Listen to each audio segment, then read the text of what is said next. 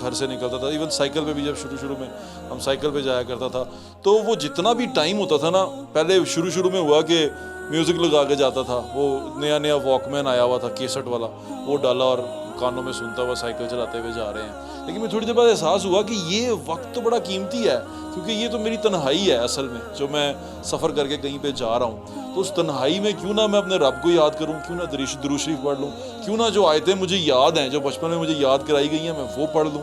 اور وہ پڑھنے سے شاید میں اپنے رب کے قریب ہو جاؤں، میرا رب مجھے پسند کر لے اور وہ رب کی خوشنودی مجھے مل جائے. تو اس بارے میں بھی ہمیں بتائیں کہ یہ تنہائی میں رب کو یاد کرنا کتنی اس کی فضیلت ہے. دیکھیے اللہ تعالیٰ فرماتے حدیث قدسی میں آتا ہے کہ جب کوئی شخص مجھے مجلس میں یاد کرتا ہے تو میں بھی اس کو اپنی مجلس میں یاد کرتا ہوں، اور جب وہ مجھے تنہائی میں اپنے دل میں یاد کرتا ہے اپنے جی کے اندر تو میں بھی اس کو اپنے جی کے اندر یاد کرتا ہوں. اللہ جانے کہ وہ اللہ کا جی میں یاد کرنا کیسا ہوگا، لیکن اسی کے شان ہوگا. بے شک. تو کیوں نہ اپنے وقت کو قیمتی بنائیں، اپنے وقت کو ویلیو کریں، اس کی قیمت سمجھیں. 24 گھنٹے ہی آپ کے پاس، بالکل ٹھیک ہے، سب کے پاس ہی وہی ہوتے ہیں. بالکل وہی ہوتا ہے. اب اس میں آپ نے کیا کرنا ہے، اچھا کرنا ہے یا برا کرنا ہے، یہ آپ کے اوپر ہے.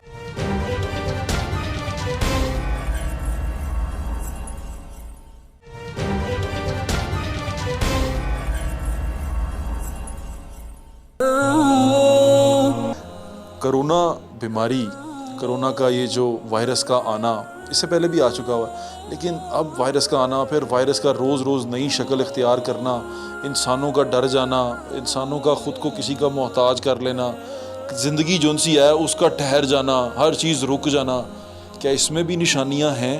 اگر ہیں تو ہمیں بتائیں، اور اسپیشلی مسلمانوں کو یہ میں آپ کے تھرو توسط سے ان کو بتائیں کہ اللہ تعالیٰ نے ان کو اکیلا نہیں چھوڑا. یہاں سے بھی نکلنے کا طریقہ کیا ہے ہمارا؟ سب سے پہلے تو یہ بتائیں کہ یہ کرونا کو لے کے، یہ وبا کو لے کے جو ساری سچویشن کریٹ ہوئی ہے، اس کو آپ کیسے دیکھتے ہیں؟ دیکھیے یہ ہر 100-200 سال کے بعد اس کا تاریخ میں انسان کی آتا رہا ہے. جی ٹھیک. یہ صحابہ کے دور میں بھی آیا، یہ اس کے بعد بھی آیا، اس سے پہلے بھی آیا، اور آئندہ بھی شاید آتا رہے گا. جی ٹھیک. لیکن اللہ تعالیٰ نے انسان کو بہرحال اب اتنی سمجھ دے دی ہے کہ اس دفعہ وبا جو عالمی وبا آئی ہے اس نے وہ حشر نہیں کیا تو یہ 100 سال پہلے یا 200 سال پہلے کا. جی جو ہم نے پڑھا ہے انفلوئنزا کے بارے میں پڑھا ہے وہ یہی ہے، 1912 میں آیا اور وہ اس سے زیادہ خطرناک تھا. بالکل ٹھیک ہے. اور ملکوں کے ملک جو تھے وہ اپنے ساتھ لے جایا کرتا تھا. تو اللہ کا بڑا فضل ہے کہ اس نے ہمیں سمجھ دی ہے، ہمیں ویکسینیشنز دے دی، ہمیں یہ ماسک اور SOPs. اور ہاں یہ SOP کرنا، ماسک پہننا، ڈسٹنسنگ کرنا، یہ توکل کے خلاف نہیں ہے، توکل کا حصہ ہے. کیونکہ نبی پاک صلی اللہ علیہ وسلم نے فرمایا کہ پہلے اپنا اونٹ باندھو اور پھر توکل کرو. بے شک. یعنی کہ پہلے وہ کرو گے تو توکل شروع ہوگا، اس کے بغیر توکل نہیں ہوگا. تو لوگ یہ کہیں جی کہ خیر ہے جی اللہ مالک ہے، اللہ ہی مالک ہے، ظاہر ہے بھائی، لیکن اس کے نبی صلی اللہ علیہ وسلم نے، ہمارے حبیب نے صلی اللہ علیہ وسلم نے بھی سکھایا کہ کیسے چلنا ہے. تو گھبرانا بھی بڑی بات اس میں نہیں ہے. مشکل ہے، وقت ہے، آج یہ نہیں ہوتی کچھ اور ہوتی. اگر یہ مشکل نہ ہوتی تو کوئی اور مشکل ہوتی. اللہ نے اجر بھی تو اسی حساب سے رکھا ہوا ہے بھائی. بے شک ٹھیک تو کہہ رہے ہیں. اس اجر کو سمیٹیں، ایک دوسرے کا بازو بنیں، دوسرے کا ساتھ دیں، ان مشکل اوقات میں، ان مشکل حالات میں ایک دوسرے کی مددگار بنیں اور اللہ سے اجر عظیم حاصل. بے شک. حضرت آخری بات، ڈپریشن بڑا خطرناک چیز ہے اور یہ ڈپریشن بہت ساری بیماریوں کی جڑ ہے. ڈپریشن اتنا شدید ہوتا ہے جیسے کرونا کا ڈپریشن ہے کہ باہر نہیں جا سکتے، کام نہیں کر سکتے، روزگار ختم ہو گیا ہے، چیزیں ختم ہوتی جا رہی ہیں، سمجھ نہیں آ رہا. لوگ جو تاجر تھے اپنا راس بیٹھ کے کھا چکے ہیں، کئی تو کما گئے، اس میں سے فائدہ اٹھا گئے، کئی اپنا راس تک کھا گئے. میں نے آج جو ساری بات چیت کی ہے وہ اصل میں کی ماڑوں کے لیے، جو کھا گئے کما گئے ان کو ہم ابھی ذکر نہیں کیا. لیکن یہ ڈپریشن سے کیسے نکلے؟ دیکھیے جس وقت بھی آدمی کے اندر اندرونی قوت کم ہو جاتی ہے، اس کی روح کمزور ہو جاتی ہے، تو اس کو ڈپریشن یا ذہنی بیماریاں ہو جاتی ہیں. روح کمزور ہو جاتی ہے. ہاں، روح کی بھی تو خوراک ہوتی ہے. ٹھیک کہہ رہے ہیں. ٹھیک ہے جی، بالکل ٹھیک. اللہ نے قرآن اتارا ہے. بے شک. دیکھیں نا، ایک جسم جو کہ فانی ہے اس کے لیے اتنی خوراکیں ہیں، اور پھر ان خوراکوں میں سے ہم لاہوریوں نے کتنی اور خوراکیں بنائی ہوئی ہیں. بے شک. تو پھر جو روح کے لیے اللہ نے کچھ نہیں اتارا ظاہر ہے اتارا ہے، قرآن اتارا ہے، ذکر اتارا ہے، درود اتارا ہے. تو اس روح کو کمزور ہونے سے بچائیں، اس کو مضبوط کریں اللہ کی یاد سے، اللہ کے ذکر سے، اللہ کے نبی صلی اللہ علیہ وسلم کی تعلیمات سے، اور سب سے بڑھ کے قرآن مجید سے بے شک اس کو مضبوط کریں گے تو یہ بیماریاں خود ہی چلی جائیں گی بے شک اور انشاءاللہ دور ہو جائیں گی. البتہ اگر ہو گئی ہے تو کیا کریں, چلیں یہ تو عام دنوں کی. ہوگی. تو پھر ایک تو یہی حل ہے کہ مضبوط کریں, اپنی روحانی خوراک ٹھیک کریں, بالکل ٹھیک اس ہے. میں اضافہ اچھی خوراک کھائیں. اور دوسرا روحانی خوراک بھی بتا دیجیے گا اس کے بعد. میں نے عرض کیا کہ قرآن مجید پڑھیں, تلاوت کریں, سمجھ سکتے سمجھ کے پڑھیں, نہیں سمجھ سکتے پھر بھی سنیں, نہیں پڑھ سکتے سن سکتے ہیں, خالی سن لیں اس کو, جڑے رہیں اس کے ساتھ کسی قیمت پر بھی. صحبت اچھی رکھیں, جو لوگ مضبوط کریں, اچھی صحبت کے لوگ اچھی باتیں بتائیں بے آپ شک کو. بالکل ٹھیک. اور الحمدللہ ہم مسلمانوں کے ملک میں رہتے ہیں, مسلمان ہیں. مجھے ایک بہت ہی سادہ آدمی جو بالکل پڑھا لکھا نہیں تھا, دینی معاملات میں نہیں تھا, اس نے ایک دن ایسی بات کی کہ میں اپنی آڈینس میں جو علماء کرام سن رہے ہوں شاید کوئی تو وہ نہ برا منائے تو, لیکن ایک چھٹکی سی بات بتا دوں, پنجابی زبان میں ہمارا پنجابی چینل ہے. ایک ڈپریس آدمی کو, پریشان شخص کو انہوں نے دیکھا اور کہا کیا ہوا ہے, رب مر گیا؟ نعوذ باللہ, نہیں مریا نا تو پھر فکر تھی کوئی گل نہیں. واہ واہ واہ. تو اللہ نے نہیں کبھی مرنا, اللہ کا وہ رب ہے ہمارا پالنے والا وہ ہے. کوئی نوکری کوئی دکان کوئی کارخانہ ہمارا پالن ہار نہیں ہے, وہ پالن ہار ہے. واہ واہ واہ, کہ امید تو وہ ہے, اللہ کا نام ہے. ایک تھا نا غلام تھا, بڑا غریب سا آدمی تھا, مدینہ کے میں کہتے ہیں ایک دفعہ قحط پڑ گیا, کسی شہر میں قحط پڑ گیا.